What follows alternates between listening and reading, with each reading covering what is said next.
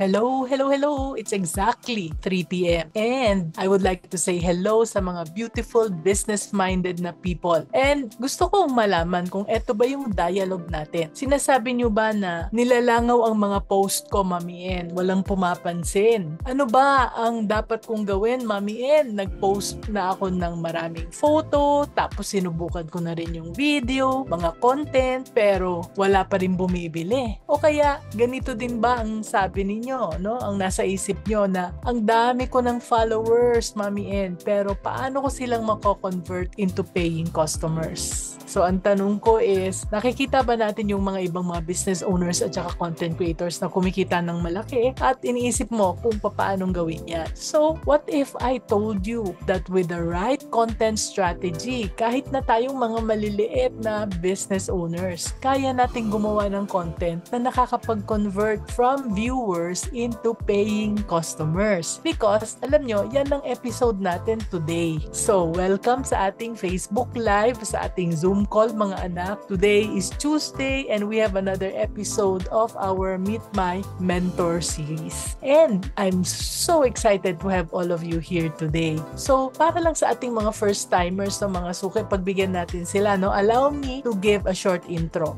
okay? Ako po ay si Mami Negosyo, but like my coaching clients, students, and mentees, you can call me Mami N for short. And together with my husband, I'm a retired business owner na ng maraming mga businesses.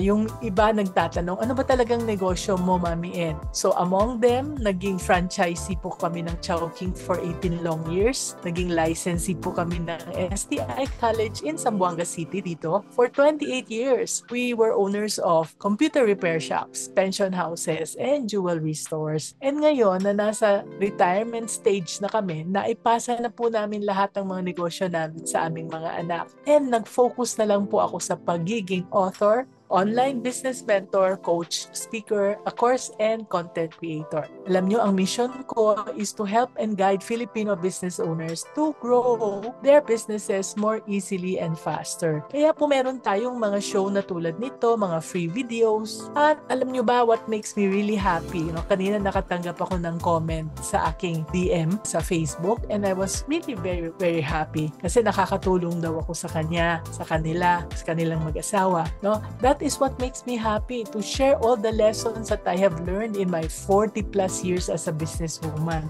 So that hindi nyo na pagdaanan yung mga pain, mga tears at hardships na pinagdaanan ko na. No? So marami akong lessons na natutunan and I'd like to share them with you. Kaya if you'd like to be among the first to access these lessons, I invite you to subscribe sa ating free na newsletter. I-emailan ko kayo every week. Dami akong time na magsulat ng email at saka starter kit. Join us naman, no, so that you will allow me to continue learning from you as well as you learning from me. Tama? So just go to maminegosyo.com. Madali lang tandaan, maminegosyo.com, at marami pang mga free resources dyan. Marami pa akong freebies dyan. No? So it's maminegosyo.com. Okay, so for today, no, we will be talking about how to create content. No? Yung ibang hindi nakakalam ng kung ano yung content, yan yung mga post, mga videos na pinopost natin, at kung ano-ano pang pinapalabas nating online. So, how to create content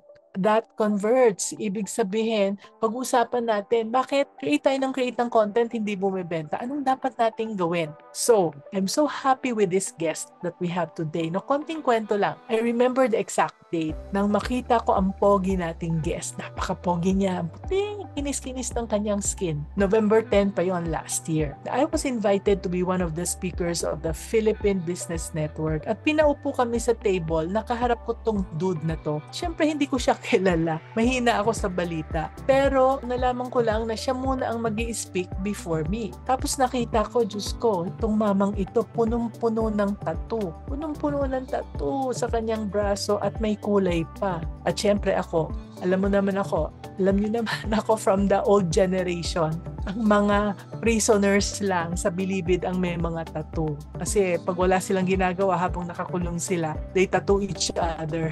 No? Kaya hindi ko siya masyadong pinapansin. No? Sobrang judgmental ako noon. Ako, sorry lang. Tapos, nung turn na niyang magsalita sa stage, grabe kagaling. Hindi lang pala siya isa sa the best presenter dito sa Pinas. Grabe pa din ang kanyang mga lessons at itinuturo at ino-offer. Kaya naging instant fan ako. Tapos hinanap ko siya after my talk kasi pagkatapos niya ako na yung magsasalita. Pero hindi ko na siya naabutan. Malaking sisi ko sa aking pagiging judgmental. Alam niyo, kaya huwag kayong maging judgmental na tulad ko. So next time, nakita na naman kami, I saw him. Speaker na naman kaming pareho sa Take-Off Summit. And this time, ako na ang lumapit sa kanya. Nakipagkaibigan na talaga ako, napalangkot mukha ko. And after that, I bought his course. Yan, pag-uusapan natin yung course niya. Mamaya, no? At super ang dami ng aking natutunan. Super sulit. Diyos ko, napakamura. Kaya when I saw him again in another event, inabihan ko na siya at in-invite ko na dito para you can learn from him as well as I do. No? So kaya napaka-blessed natin na umuo siya, madali siyang kausapin, mabait. Kaya without further ado, allow me to welcome ang aking amazing mentor na nagturo sa akin ng some of the things that I know about content creation. Award-winning content creator po ito at content marketing expert. Let me welcome Real Talk Darbs. Hey, what's up? Good afternoon, Mami. And grabe naman, natuwa naman ako dun sa introduction mo. Maraming salamat po for ayun. Okay, I get that a lot. Pero most of the time when they notice me and see me in person, hindi naman pala talaga mukhang taga-Bilibid si Kuya Darbs. Ganon. Nadala sa kutis. Anyway, first of all, just wanted to thank you, Mami N, for having me here. And of course, sa lahat ng mga nandyan ngayon sa Facebook Live. Currently, 270 live viewers right now. And of course, nandito sa Zoom. Maraming salamat for attending. And here's my goal for today. I will make sure after watching this na wala kayong matututunan and practical, actionable tips for your content, for your business. So that's the reason why I'm very, very happy to be here. Maraming salamat po. Yan, di ba? Ang galing-galing, no? What an honor to have you, no? So this is an opportunity for me to ask you some questions. Tatanong ng questions. Pero yung mga viewers natin, I'm sure marami din silang questions. Kaya, viewers in Zoom and Facebook, pag meron na kayong narinig at meron kayong gustong itanong, type nyo na kaagad para hindi nyo makalimutan, ha? So, bibilisan ko na. Nahihiramin ko yung energy mo. I'd like to hear, first of all, how did you start, Coach Darbs? Actually, this is long way. I started content creation when I was in Dubai, 2017. So, may mga OFW ba dito? Mga na-OFW na nandito ngayon sa Zoom, please type 1. Shout out sa inyo. At saka nandyan sa Facebook Live. Type 1 kung OFW kayo kasi I really honor and respect each and every one of you. Kasi alam ko gaano kahirap maging OFW. And thank you very much for being here. Dito si Ten from, hindi ko alam kung taga saan siya. So, I started 2017 creating content. And here's the thing. When I was starting, nagla-live lang kami sa taas ng rooftop noon at walang nanonood sa amin. So we were, I think, 7 hosts. Actually, may nanonood naman. 10 yung nanonood ng live namin. Tapos, ang masakit pa doon, sa 7 na host, lahat kami nakanood sa sarili naming live. So technically, 3 lang talaga yung nanonood sa amin. But the thing is, I love the fact of being able to speak in front of camera at na-notice ko na parang may talent ako when it comes to speaking in front of, telling my thoughts to people. And then, eventually, that's the time na sinubukan ko talagang mag-pursue ng content creation. Vlogging pa ang tawag nun eh. And then, siguro I was juggling work and juggling content creation, creating videos. So, naalala ko nun na parang after 3 to 4 o'clock, umuwi na ako ng bahay, nag-i-edit na ako ng videos ko. By the way, I was a key account sales executive. So, okay na din yung position ko doon nung nasa Dubai ako. But the thing is, my passion talaga is really creating content. I don't know, I just love creative process. So, eventually, after that, na-realize ko unti-unti tumataas ang viewers. Pero sobrang hirap before kasi, di ba, Mami N, sa mga hindi nakakaalam. Si Mami N, matagal na din nagko-content yan sa mga hindi nakakaalam.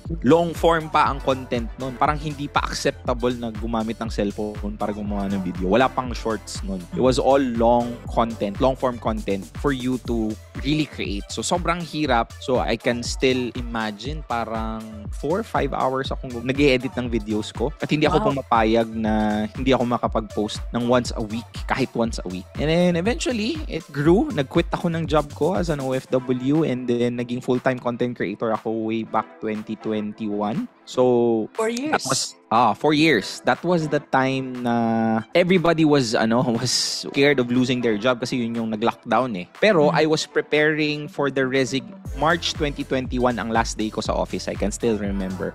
But 2020, nag-ipon na ako ng pera and I told myself I wanted to do this full time at nag-ipon ako ng 1 year ng runway money ang tawag ko doon eh. So that if in case hindi ako kumita dito at hindi nag-work, I can still survive for 1 year. And just so happened na at that time, lockdown, di ba? Hindi natin alam na everybody would be on their phone. And yun, talagang talaga siya, nag-shoot up. And then luckily, I was able to go back here in the Philippines and pursue content creation. And yun, dito na ako sa show ni Mommy N. And very, very happy to be here. Yun. Wow, thank you. Thank you so much. No, grabe, no? 4 years tapos tamang-tama yung timing mo. No? Pero kumikita ka na ba noon at that time when you were in Dubai? May actual sales na ba? Sa content creation, it was on and off ang kita kasi hindi pa siya ganun ka-stable. So there are times at that moment parang kumikita ako, may pinakamalaki ko at that time parang $3,000 in 1 month. Sabi ko, wow! Paano yon? Paano kang kumikita that time? So that was in ad monetization ng Facebook. So, doon binibigay. And then, eventually, pero hindi siya consistent eh. Parang every 6 or every 5 months, nakakakuha ako ng ganun pag sobrang ganda at may viral akong nagawang content. So, that's when I realized na I need to find another way to parang monetize. So, actually, 2020 pa lang, nagtuturo na ako ng content creation talaga, vlogging. I believe wala pa masyadong nagtuturo ng content creation at that time, but I was already teaching. So, my first batch was 2020. Long way back, pero tapos online lang yon. And yun, eventually, there were students that was very happy with the result at tsaka tinuloy ko siya. Pero that was just the 2 means of me being able to parang monetize. Facebook monetization and then by being able to... meron pa pala sa mga hindi nakakaalam. Mami, kasi hindi mo alam, I was doing love and relationship at first. Wow. Love and relationship pa ang dinidiscuss. Hindi ko lang alam kung may mga followers ba ako dito na pero naabutan. Si Evelyn, no? Evelyn Symbol, sabi niya, I like your vlogs noon, Darbs. Thought-provoking, sabing ganun. So yun, I was doing, thank you very much, Evelyn. I was doing discussing love and relationship. So, ang isa sa mga means of monetizing ko din before is, meron akong one-on-one. So, kung gusto mo ng kausap when it comes to love or gusto mo ng advice, so I charge people for my time for 1 hour. So, eventually yun. Nagkaroon ako ng means of monetizing. Pero sinubukan ko lang yun just to, it's like, will someone really pay for my time? And eventually, there were a lot of people who did that. So, yun. Yeah, that's great, no? That's really true. So, sa mga nanonood, no, that's, pwede tayong kumita sa ads. Pwede rin tayong kumita sa yung mga one-on-one na conversations, but you can ask people to pay. Ako rin, nung nagko-content na ako, hindi ko na inaasahan, maraming nagtatanong sa akin, Mami N, pwede ka bang maging coach namin? Pwede ka bang maging mentor namin? So, those are the things that people come. Some will go ask for 1 session, some will ask for 12 sessions, depende sa sessions at sa packages. That's one of the things that you can do to earn. But even without that, kikita kayo kung gagawa kayo ng content sa business. Tama ba, RTD, yes, right? Definitely. Yes. Yeah. So can you share with us a simple example of how one of your students turned yung kanilang single video or maybe many videos into sales? Paano yun? Anong ginawa nila? Oh my God, sobrang alam ko madami so many. Honestly, so sa mga hindi nakakaalam, so my partner, si Nicole, Lady Boss Nicole, she has unahin ko muna siya. So she has what do you call this? Aesthetic clinic. So may aesthetic clinic siya. She has, 30 branches. So before I met her, before she was my girlfriend, gumagawa na siya ng content pero hindi niya pinofocus. So I think she was just 10,000 followers pa lang at that time. Tapos yung mga pinopost niya more on, hindi ko naman sinasabing walang value pero more on patweetams, more on parang Instagram thing. So, nung nakilala niya ako, syempre, and here's the thing, isa siya sa mga first batch ko dito sa Philippines 3 years ago. Pinagbayad ko siya ng course ko. Pinagbayad ko siya sa training namin. And to my surprise, what's good about her is she really execute. So ngayon, 285,000 followers na siya. Wow. Pero one thing that I realize is sobrang powerful ng content if you already have an existing business. Why? Because she was able to post one specific content. By the way, yung content hindi nag-viral, hindi nag-million views. Parang I think 300, 600,000 followers. But that content was actually telling her story on how she was able to discover Whiten, yung company niya. And then, hindi siya nagbenta ng franchise because nagpapa-franchise siya. Hindi siya nagbenta ng franchise. But that video alone generated so many inquiries. That video converted 10 franchisee who purchased from her that, like, if you think about it, that's more than 25 million pesos. Wow. In just one video. So, sabi ko, grabe. If doon ko na-realize na this is like, I understand that content creators, malaking kinikita talaga sa social media, especially like ad revenue and all. But if you have an existing business and you use the medium of content, social media, oh my God, the leverage is so high that you will have the capability of earning more than you being a full-time content creator if you just learn how to utilize the social media. So that's just one, ha. So one of my student as well, she was franchise din siya. Actually, malakas ang franchise sa amin eh. Like first day pa lang niyang there's bootcamp it's 3 days. So first day, tinuruan namin sila paano mag-shoot. Sila mismo nag-shoot, mga CEO mismo ha. Sila nag-shoot, sila nag-edit ng video. First day she posted the video, ask me ilan ang views. Ang views niya wala pang 100. Pero sa views na yon, may 10 nag-inquire. Sa 10 nag-inquire, I think 2 ang na-close niya na franchise worth 2.4 million pesos. So that's how powerful learning how to create content in social media, especially for your business. And this is one of the things na I really am very passionate about because I've been in entrepreneurship. Pumasok na din ako ng entrepreneurship lang 3 years ago. And then I used kasi yun lang ang alam kong gawin eh. Wala akong alam sa business before eh. The only thing that I'm good at is knowing how to catch people's attention in social media. So I put that through my business. My business ako, it's Sika 20-in-1. It's a Glutaslim, or it's pang-paglow ng skin siya. And I launched that product in just one video that I created in my social media. Isang video lang, walang fancy. There's no fancy anything. Just one video. And that basically generated, I think we generated 6 million sales in just 15 days. And zero marketing, organic, one video, no Facebook ads, no extravagant launches, just one video. So that's when it hit me na what if I have a knowledge that I know most business owners would want to learn. That's the reason why I taught them. Kaya ako na-coin yung name na Content That Converts. Because merong video na nagva-viral pero hindi nagko-convert ng pera. But here's the thing, I'm here to teach people not just to become viral but to create content for their business na magko-convert. Yan. Kaya tamang-tama talaga na si Coach RTD ang ating in-invite. Kasi hindi naman kailangang maging viral. Biro nyo, 10 inquiry, 2 franchisee, million na. So, that is what we want to learn. At let me tell you, yung course niya nabanggit ni Coach RTD, sulit na sulit. You will learn a lot as a beginner. And from there, you'll be able to start helping your business na. Yun yung nangyari actually sa akin. But I will not talk about myself because this is the show where we interview Coach RTD. Yan. So, sa mga nag-uumpisa pa lang, no, meron akong mga naririnig. Sabi ni Evelyn, kaya pala daw maganda yung skin mo. Yes, meron siyang tinitinda. Tinitinda mo pa nga hanggang ngayon. Yes. O yun, sikreto. No, hindi Lady Boss Nicole. Sika ang sikreto. Tama ka po. Nung binanggit mo si Lady Boss, sabi niya, kaya pala. Sabi ko, hindi. Sika yun. Okay. So, let me go to my question. For people who are just starting out, ano yung biggest mistake na ginagawa nila kapag gumagawa sila ng content na gusto nilang makabenta pero hindi sila nakakabenta? So, ito. Most of the people, they're focusing too much on looking perfect instead of sounding real. Because most people would post not because they post something that they really want to talk about. They post something that they think people would want to see. Or it's more on projecting. Yun ang mga bagay na dapat mong maiiwasan. That's the reason why your videos don't convert. It's because you're focused too much on looking perfect instead of sounding real, instead of sounding authentic. Another thing is that they try to sell without building trust first. Parang ang palaging analogy ko niyan is, imagine if you are in a bar, diba? and then you ask a woman, will you marry me?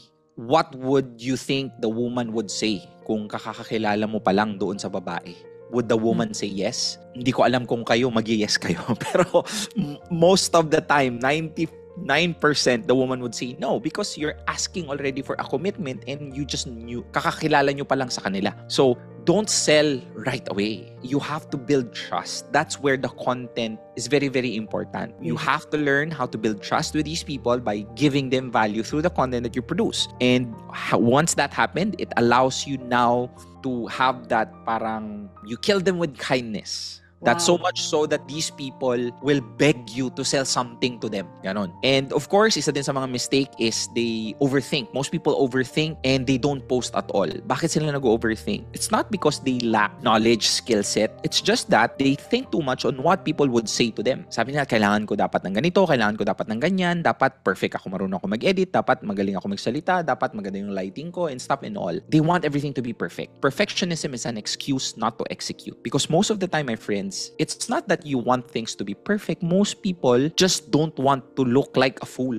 And understandable because we don't want to be judged. Pero at the end of the day, we will still be judged anyway. The problem is we're allowing people's judgment to stop us from achieving what we really want in life. Maybe that single post would allow you to break free from the judgment, that it would allow you to snowball the effort, that later on your 6th, 7th, or 8th post, that could be the reason why your business would blow up. But the thing is, you don't go there because mas binavalue mo pa ang opinion ng ibang tao na hindi nagko-contribute sa happiness mo. So, same is true with this. These are one of the things that I want everybody to understand. Kasi you will never have the perfect timing to start, especially in creating content. Walang perfect timing to start. And your first video will suck. I can guarantee you this. But that's the beauty of it. That's the reason why not everybody can become a master. Because not everyone can take looking like a fool for quite some time. Hindi lahat kayang ganun eh. That's the reason why nandun na lang sila in the middle. Or they look cool but they're not able to achieve what they set out to achieve just because they just don't want to be judged. Parang ganun. Yan. Yes. So I would totally agree with that, no? Kasi ako, nahihiya din ako, no? Sabi ko, tanda-tanda ko ng pangit-pangit ko. Pero actually, you know what? I realized, no? So, merong nagtanong dito kasi kanina na sabi, do we have to show our face? What if shy ako? Nawala na yung nakita ko kanina, no? Pero, if you are shy, I just want you to know, I want you to remember, Mami N, if you are shy, panoorin ninyo yung mga videos ko. Ang pangit-pangit ng matandang ito. Puti na ang buhok, hindi marunong mag-makeup, tapos napakadaming skin imperfections. Actually, alam nyo, the first few times akong nag-video, nag-post, hindi ko pinapanood yung sarili ko. Pag nakikita ko yung sarili ko, I turn off the gadget. Hindi ko matake yung sarili kong mukha. But then, you know what? I realized people want to listen to what I say and not to look at my beautiful face because I'm not a beauty queen. Kaya kung unless nagbebentak tulad kayo ni RTD, na Coach RTD, na talagang skincare, yan, no? Kailangan makinis ang kutis. Pero kung wala naman kayo sa skincare business, who cares how you look, diba? Tama ba yun, Coach? Definitely. Yeah. Definitely. Kasi most of the time, people tends to overthink na parang everybody is worried about their own pimple. That people actually doesn't notice your pimple because they have their own pimple to worry about. That's right. So most of the time, yun lang talaga ang madalas na iniisip. For sure, Mami N, mga followers mo, mga business owners or people that are inclined in business. So, ano ba ang pinaka number one problem ng mga businesses sa digital age for people who don't know? Unang-una, most people think that they have a sales problem.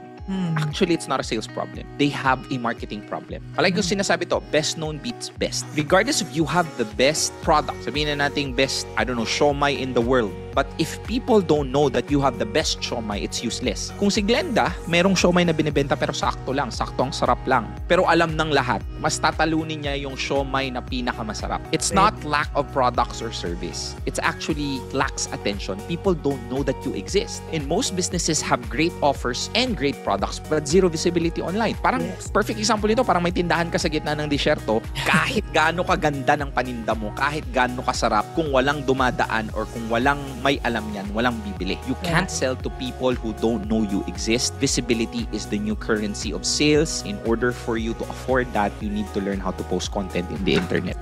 Yes. That's so true, no? So you don't have a sales problem. You have a marketing problem. I hope you put that into your head, ha? Yan. Pag mababa ang sales, marketing ang problema ninyo, hindi sales. Now, let's go to another topic, no? About storytelling. Sabi nila kailangan daw merong story ang ating mga video para pumili. Totoo ba yon? And if totoo, can you give us a simple example? Definitely. So that's the reason why there was a rise of influencers, because people are able now to relate to people who look like themselves. And then when they use something, they don't tell them that, hey, use this product, sobrang ganda, cream silk, pag in-apply mo sa buhok mo, I mean, too commercial. When an influencer say that, guys, grabe, alam nyo ba, sobrang may date ako tapos sobrang pangit ng buhok ko. Luckily, I was using this. Grabe, na-discover ko lang sa market. Nung ginamit ko, oh my God, ang daming humabol sa akin na lalaki. You get what I'm trying to say? So, this is what you call storytelling. Storytelling is the bridge between interest and action. It makes the message more memorable. Kasi most of the time, if you're trying to sell, most people tends to sell just saying the features. 100 gig memory, sobrang bilis ng connection, this has a battery life na ganito ngayon. That's features. You have to sell the benefits. 1,000 songs in your pocket. That's how Apple sell their iPod before. People don't remember facts. They remember how you made them feel. So example, facts tell, stories sell. Kasi ang kwento, parang lutong bahay. Maaalala mo kahit tapos mo na siyang kinain. And this is the reason why I want you to understand that when you're trying to either promote your product, you have to embed it with your personality. This is what I call story selling. Meaning, you're not directly selling them that they need to buy this item. That's the reason why jewelries, luxury items, even wines and diamonds are being sold at a premium price because of the story behind it. A good story doesn't get likes, it gets the wallet open. Ang ganda nun. A good story does not get likes. It gets wallet opens. The wallet open. Yan, grabe. No? I'd like to ask another follow-up question to that. So, napag-usapan natin yung kung paano makakatulong ang ating mga content sa mga business owners. Okay? At sa paggamit ng story selling. Yan. No? So, yan ba ang iyong simple formula sa paggagawa ng video that will turn viewers into customers, Coach Darp? Yes, definitely. That's the strategy, basically. But the tactic, basically, is you have to remember three things. Ang framework ko na tinatawag dito is SRE framework. It's called Script, Record, Edit Framework. This is how you are able to create content that converts. So, sa SRE framework, number one, ano ibig sabihin nun? Script, Record, Edit. Sa number one, which is what we call script, meron niyang subdivision. Sa script, for you to create content that converts, you have to learn the 3 steps when creating a script. It's called Hook, Value, Payoff. HVP, Hook, Value, Payoff. Ibig sabihin, when you try to create content, you have to start with a hook.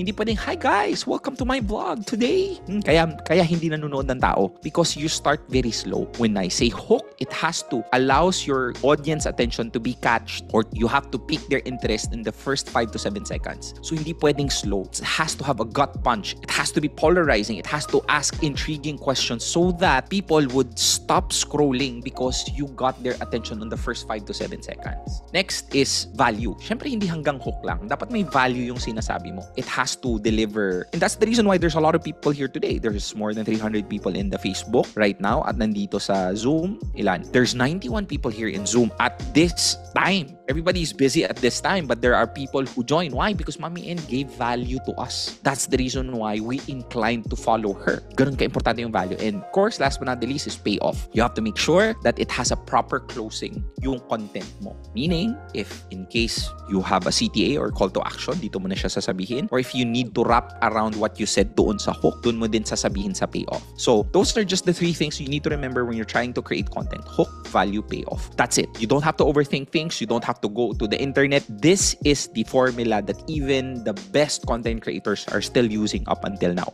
Hook, value, payoff.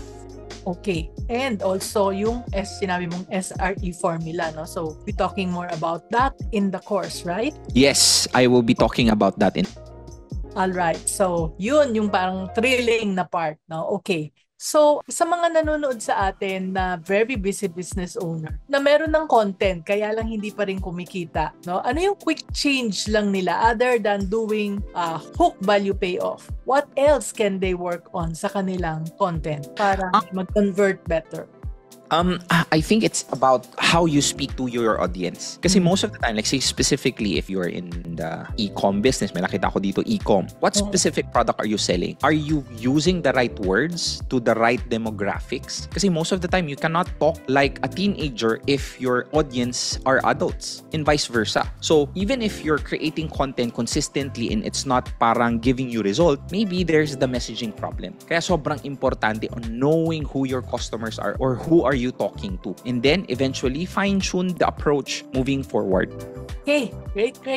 Napaka-inspiring. Sana napulot ninyo yon, ha? You pick that up and you apply it. All right. So, you've been talking about content that converts, no? Tapos meron tayong content that converts amplified, which is a live event. So, pwede nilang matutunan dito sa amplified na live na to na hindi nila kayang matutunan from mga YouTube videos at kung mga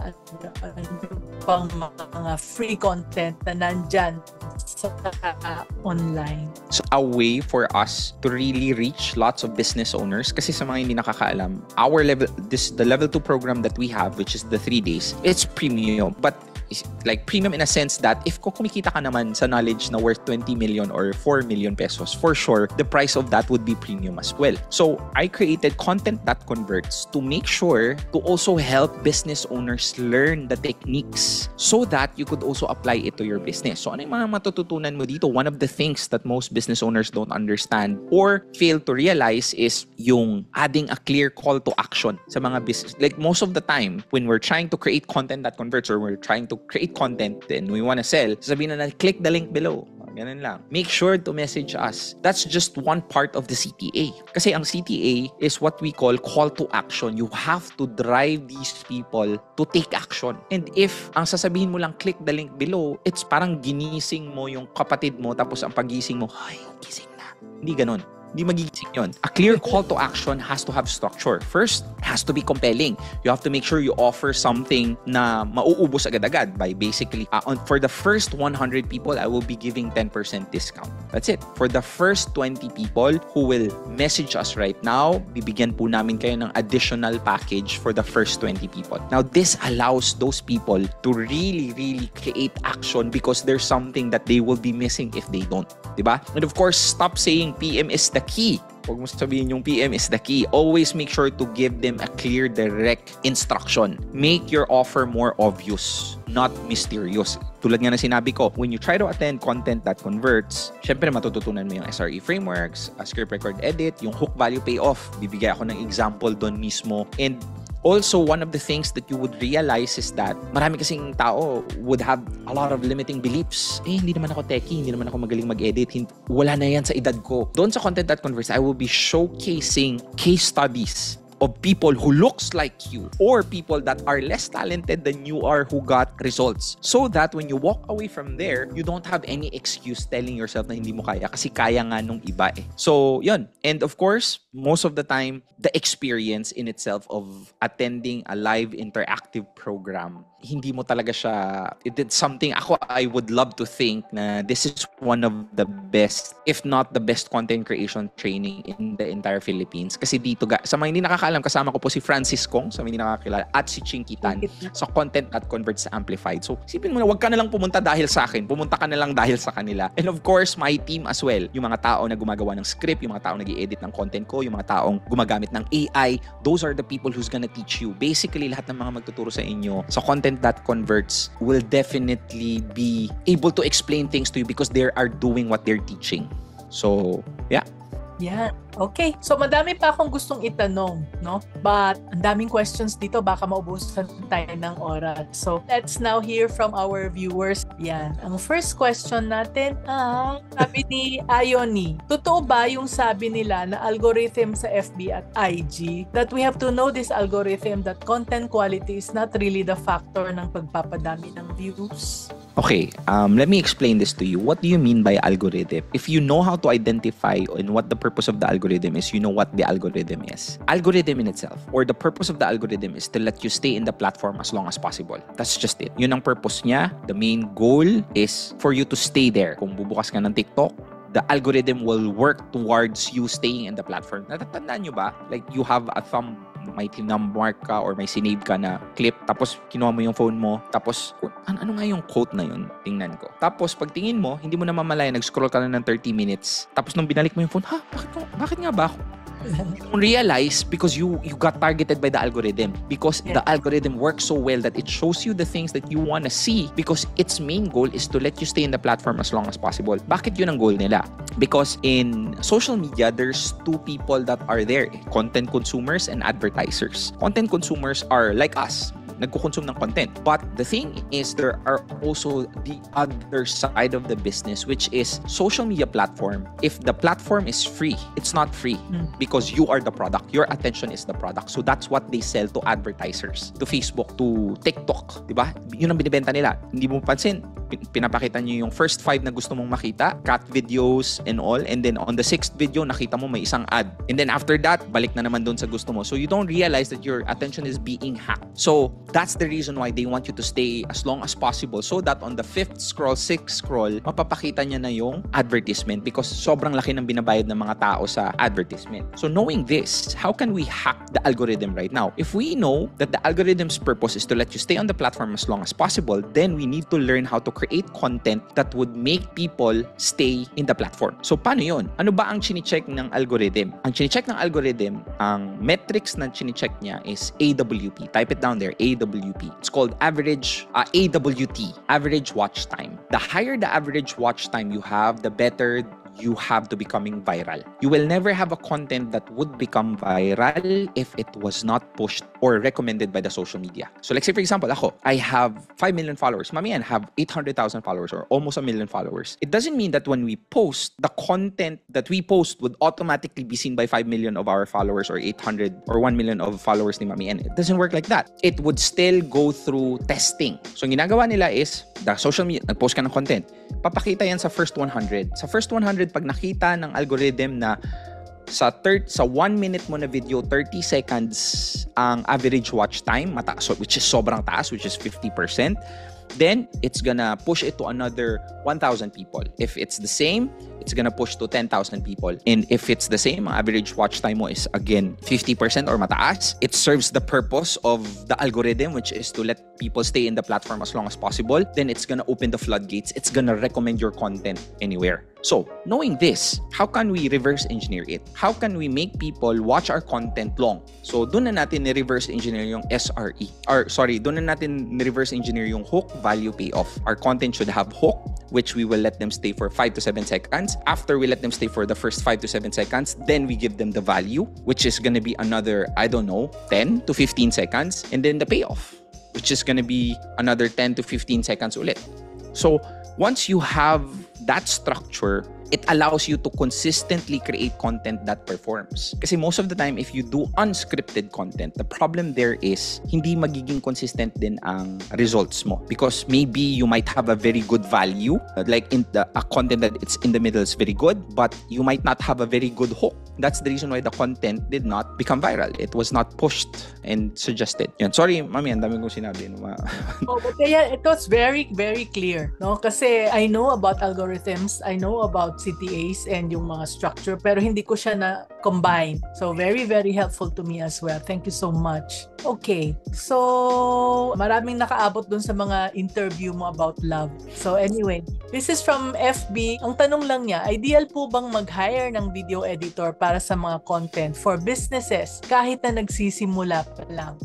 Ako, I would really, really recommend, especially if you're a business or you're not a full-time content creator, I think you as a business should already, it's not a luxury anymore. It's a prerequisite if you want to win in this day and age. You need to have a social media marketing team. You have to prioritize video as a form of marketing. It's parang if you wanted to be a million or billion peso company or 8 or 9 figures company, hindi pwedeng wala kang finance department, tama? Kasi otherwise, hindi mo alam kung saan mapupunta yung pera mo. So same as true with having a social media team. You have to have a social media team right now. Otherwise, you are gonna be crushed by your competitors. So it's not a luxury anymore, it's a necessity. So yes, I suggest you have to hire an editor, you have to have a creative director, you have to be in social, your business should be online. But here's the thing, as a business owner, as an owner in itself, we have to learn a little bit of everything in our business. Otherwise, we get tricked. Kung hindi mo alam kung paano ng basic mathematics, maluloko ka sa finance mo. Kung hindi ka marunong sa marketing, you're at the mercy of someone who just said that we need to pay this but you don't really realize the return. If hindi ka marunong sa sales, sa product development, your product is gonna suck. Otherwise, malulugi ka. So same as true here in content creation or marketing through social media. Your responsibility as a business owner to learn at least the basics of it. So I don't recommend you to just hire. You need to learn how to educate yourself so that next time, when your editor, nagpa-edit ka ng 60 seconds video tapos sinabi niya 4 days bago matapos tapos oo ka lang ng oo, you don't realize you lost 3 days because a 60-second video can be edited in just 1 day. Tapos ngayon, hindi mo alam kung maganda ba yung video or hindi because you don't know the steps of hook value payoff. Now that you know the hook value payoff, you can now instruct your editor, hey, hindi magandang hook mo dito, maghanap ka ng iba. So meaning, you can hire an editor but you need to educate yourself first so that you can have informed instruction doon sa marketing department mo. Okay, tama yan. No? Kaya ako, Darb, Chief, hindi ako nagbubuhat ng sariling bangko, but I just want people to know kung bakit si Mami N, ang tanda-tanda na kung saan merong mga event, nandoon siya. So I will really try to attend your, I'm still kasi in Zamboanga, I don't know if I can make it, but we will see. No, you need to attend to learn. Marunong akong mag-edit ng videos, pero hindi ako mag-edit ng videos dahil matakaw sa oras. I would rather spend my time where I can be more productive. Pero hindi ako maloloko ng aking video editor. Sana kayo ganyan din. Okay, let's go to Ivy Floor C. Sabi niya, I own an online-based cake shop. Gumagawa siya ng contents for the page, mainly to showcase the cakes na ginagawa niya. So, kaya lang parang stuck yung following daw niya sa both IG and FB. Ano ba daw ang tips to grow yung kanyang brand's online presence dahil introvert daw siya at hindi siya comfortable to be seen sa videos? So 2 things I wanted to ask here. If you feel stuck on your social media followings or your content, first of all, how many times you post? And if it's less than 1 per week, it's just basically expecting that you can buy a Ferrari with a 10,000 pesos.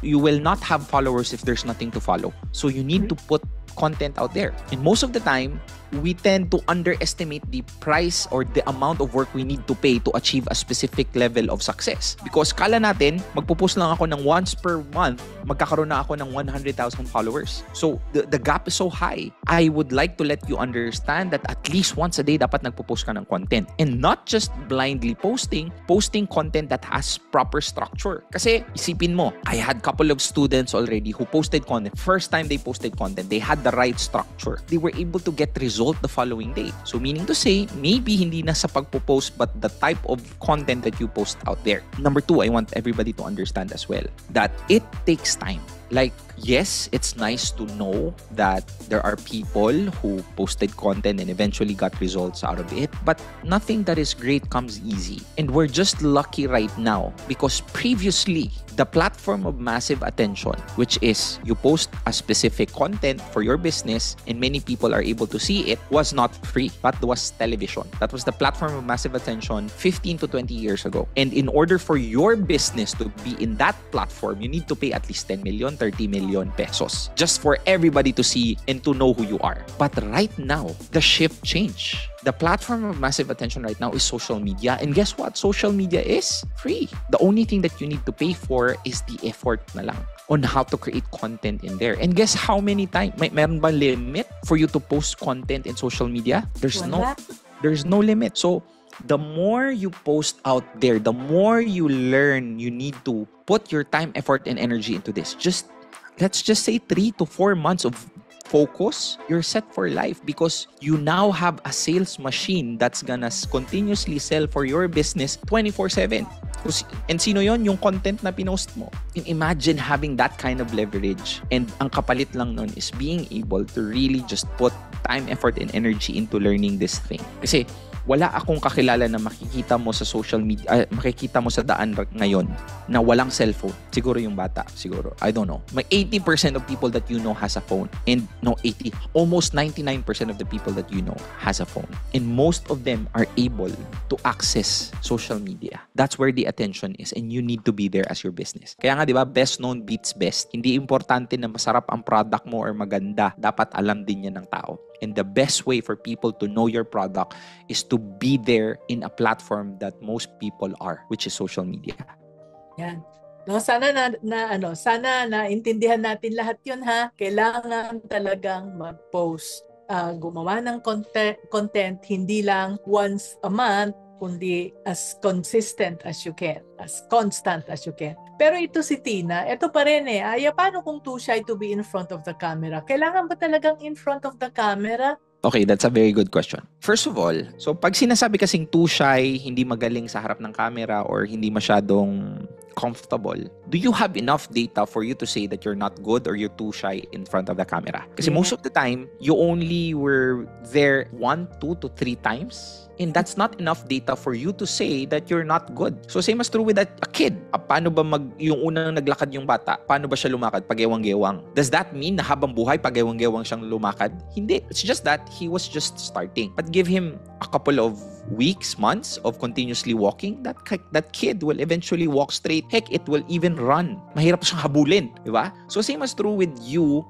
speaking in front of camera. Don't judge your first few failures. Kasi hindi yan enough data for you to say that you're not good. Siguro pwede pag if you already had 50, 60, or 80 times ka na nag-vlog sa harap ng camera and you can say na hindi talaga yan para sa'yo. And that's one thing. Another thing is, pwede bang maging successful ang content ko kung walang face at boses lang? Pwede naman. So, pwede kang pumunta from Marikina to BGC ng nakabike. Makakarating ka, pero matagal. Pero merong sasakyan, which is mas mabilis. Which is, people tend to react more to business owners, even owners of the business, who talks about their business themselves in front of the camera. Tapos ang kumausap sa'yo yung mismong owner. Same thing na sabihin ng salesperson niya. The owner or the salesman? The owner in itself.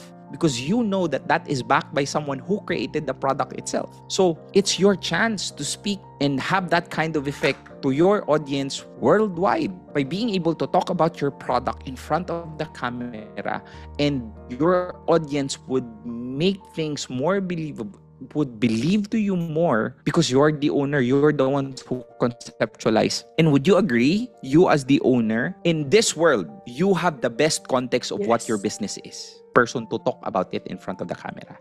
Yeah.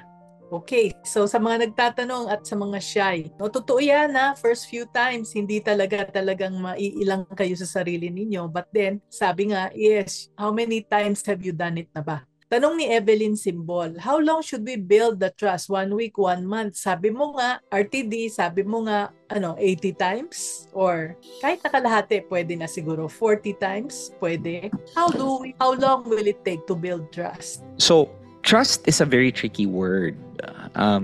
Parang kumbaga, it's stupid to ask people for you to trust them. So hindi ka dapat nag-ask sa tao na pagkatiwalaan mo ako, because trust is not given, it is earned. So basically, instead of asking for trust, you need to ask for a chance for you to trust them. So how can you do that? The chance by being able to give tremendous value to that person. But that's yun kasi ang nagiging mali. Most content creators or beginner content creators think that the audience owes them something, that the audience needs to give them first before they need to give something back. Baliktad. It has to be that you, as a content creator, the first thing that you need to give on the contents that you produce are value. Anong value? You need to educate them, you need to entertain them, you need to make sure na meron silang napapala every time na napapanood ka nila.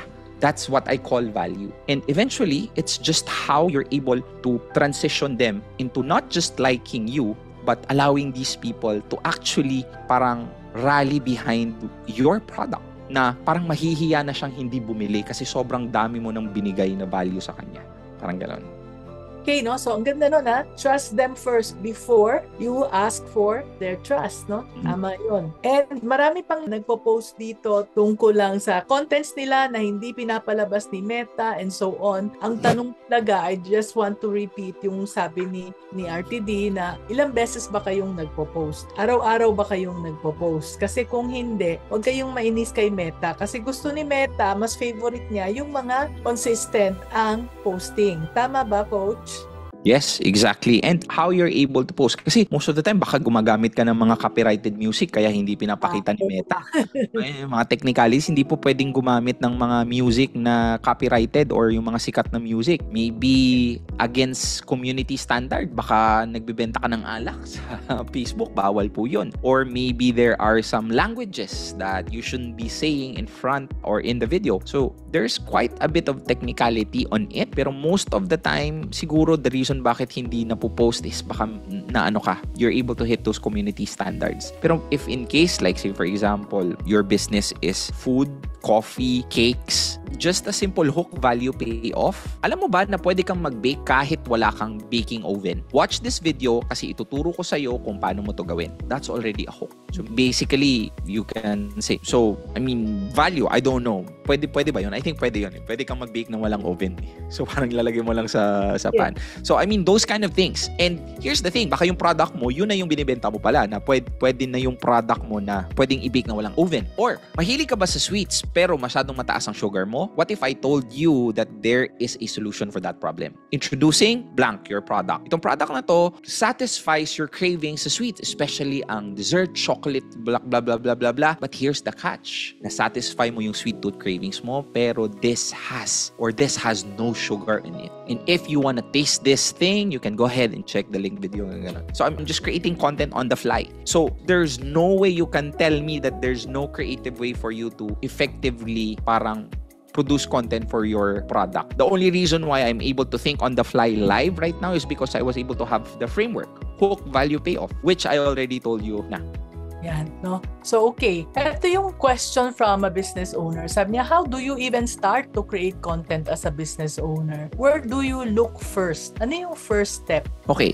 First thing that you need to understand is you need to check what message you want to say out there. So, like say for example, magawa tayo ng avatar. So, say for example, you are a business owner and then your business could be, you're in, sige, sabihin na natin, sa cake. You're doing cakes. Right? You're baking cakes. So, how would we create content if I'm a business owner that I want to promote my cake business? Cool? So, first thing you need to understand is there's two types of content. There's ad content and there's value content. Ang ad content is actually something that you create content specifically for ads. Facebook ads, TikTok ads, YouTube ads. Hindi siya pang personal brand. So, you need to understand that. But, ako as a business owner, I would, in me, giving you a suggestion, you need to learn how to create content and learn how to have a personal brand. Ano ibig sabihin ng personal brand? Personal brand mo as the cake owner. Meaning to say, ang content na gagawin mo dito is more of value, not selling. Ito kasi yung long term eh. Ito naman yung short term. Meaning pag gumawa ka ng content, magkakaroon ka na ng clients agad because you were able to target them right away. Pero short term ito kasi, if you do not have reputation, it's so difficult to sell again and again. Ito kasing value content, this allows you to give value to the people so that next time when they see you on ads, mas mataas na ang click-through rate mo kasi kilala ka na nila. So, say, I'm giving you an advice for creating a personal brand for a cake. You wanted to promote your cake. So you don't promote your cake doon sa value content. You just have to talk about different types of cake. You will now become the cake expert or the cake virtuoso, diba? The cake connoisseur. I don't know, something. So what you do is you talk about cake. Hey, diabetic ka ba at gusto mo pa rin kumain ng maraming cakes? Here are the 3 cakes that you should be checking out in order for you to satisfy that sweet craving. Number 1, you have to look for this specific type of cake. Number 2, blah, blah, blah, blah. Number 3, this is that. So, and once again, my name is Anna, your cake lover, owner of Blank Cakes, saying that kung gusto mo ng, I don't know, I'm not able to think of, parang you have to have an outro on what you're saying. So basically ganun. So being able to be the go-to person doon sa niche mo and don't expect na magkaroon ka agad ng result dito, but eventually may tanim ka na dito eh. This seed will become a tree one day. And this one post that you will post here one day could mean the entire year's revenue ng business mo because you're able to grow this one. So, yun, practical, tactical tips. Yan, ang galing. Bigla-bigla lang naglalabas ng script si Coach. Ang bilis. No, so Coach Darbs, ang dami-dami pang tanong, kaya lang wala na talaga tayong oras. So ang daming insights and learning. So I just want to say thank you very much for sharing your expertise with us today. Yan. Pero bago tayo mag-end, meron ka bang mga final words of wisdom para sa ating mga viewers? Siguro we're living in the best era of opportunity. Palagi itong sinasabi sa Talk Squad, sasabihin ko sa inyo ngayon. Because in order for you to be in front of a lot of people for your business, the only cost of that is you being able to post out there. And here's the thing, AI is already here too. It's so easy to win. And maybe the reason why you're not is hindi na dahil sa circumstances mo, but because of you. So, my advice or my words to you is, try to learn things as much as you can. Mami N, grabe. Ako, bilib na bilib ako kay Mami N. Kasi even at her age, very, very hungry sa knowledge. And as a successful person as she is, every time may seminar, nakikita ko siyang nandun. Kasi seminar, mahilig din ako sa seminar. You know what's my best investment? Ask me what. Type nyo dyan. Ask me what. What's my best investment? My greatest investment, may nagsabi, face daw. Hindi. Pangalawa lang yan. Joke. Skin, hindi. Ang best investment ko is buying other people's mistakes. Ano ibig sabihin nun? Ibig sabihin nun, there are people out there who has gone through a lot to achieve the things that I want to achieve. So why do I have to go through all of those things if I can learn from them so that I cannot repeat or hindi na ako wala ng tae or trial and error? Diretso na ako agad doon sa result. Sabi nga nila, di ba, success leaves clues. So most of the time, I tend to learn from those people and being able to shortcut my way towards the result that I want by learning from the people who is living the life that I want to live or is having the result that I want to have. So yun ang message ko. Never stop learning, especially now that AI is there. Yes. It's so easy. Yeah, and I'd like to say that learn as much as you can and learn as fast as you can. Kasi after that, mapag-iiwanan talaga tayo. Kaya ako tumatakbo. I need to really learn kahit na medyo mahina na. So, ang question dito ngayon is, how do we get in touch with you? Yan. Mm-hmm. So, if you like what you saw, kasi ngayon nag-transition ako from love and relationship to viral issues. Ngayon to pangatlong reinvention ko na sa sarili ko. It's more on marketing, it's more on business, it's more on how to create content that converts. You can follow me at Real Talk Darbs. Definitely may mga tips doon on kung 0 followers ka, paano gagawin mo, and many actionable steps. And of course, nagtatakal pa rin ako ng issue by the way ngayon, Mami N, pero mostly on the side of business. So paano mong gagawin mo kung business owner ka pag nangyari to sa'yo, kung may nagbigay ng bad review and stuff and all. So you can go ahead and follow me, Real Talk Darbs, Facebook, Instagram, and of course, YouTube. Yeah, and anything else that you would like to promote? Eto. Yeah. Content that converts. Yes. Okay, guys, ganito. We're having a kung nagustuhan niyo yung diniscuss ko ngayon, very tactical, di ba? Hindi lang siya motivational. I make sure that when I have a talk, there's an actionable step. Now, kung nabitin ka sa discussion natin ngayon, I have an event called Content That Converts Amplified. Kasama ko dito si Francis Kong, kasama ko dito si Chinky Tan, and my team who is responsible for 1 billion video content views. And here in Content That Converts Amplified, you will learn yung SRE framework, yung script record edit framework na sinabi ko kanina. Magkakaroon ka din ng real-time feedback, live content creation, and of course, actual strategy na magagamit mo, not just for your content, but content for your business. So this is specifically for business owners who wants to learn how to create content that converts. And we don't just teach you, we make sure that you walk away with actionable steps. Now, Google can give you information, but what we give you is things that you can use to execute. It's the difference between watching a workout and actually sweating. So, you don't need more information, you need implementation, and that's what Content That Converts Amplified is for. This is gonna be happening on July 12. It's gonna start at 8 a.m. up until 6 p.m. Action-packed po ito. And I think the link is here already. Yes, nandyan na. We're expecting 2,000 people, by the way, Mami N. Wow. But it's almost full because, I don't know, I was very, very happy with the result. I think siguro nadaanan ka na ng Facebook ads ko. I'm not sure. Pero the thing is, because this is one of the things that are very in demand right now, content creation. And by the way, magtuturo din kami ng AI dito para mas mapabilis yung process mo. So if you're a business owner who wants to learn how to create marketing videos to the most powerful marketing machine in the world right now, which is social media, and not just generate views, but learning how to create content that also converts, please go ahead and attend Content That Converts Amplified. Makikita nyo po sa reviews ng House Creatives, which is my company. 3,400 reviews, 100% po lahat yan. So that's how confident I am that you will get tremendous value from this. So that's July 12 for 3 successive days. Tama? No. July, this is the level 1. July 12 lang po ito. July 12, one day. Yes, okay. one day. Meron ako nakikitang Content Mastery Bootcamp. So, Content Mastery Bootcamp, ito na yung 3 days na event na where... Itong 3 days, wala na sila chingkitan. Talagang tutok na. Tutok na talaga to. Tutok na talaga to. Dito na yung step-by-step process. Hindi ka pwedeng umalis dito na hindi ka natututo paano gumawa ng content. So, we teach you the foundation sa Content That Converts. Now, if you wanna take that to the next level, Content Mastery Bootcamp is the 3 days. Hindi mo lang matututunan dito ang content, but mostly personal development na din.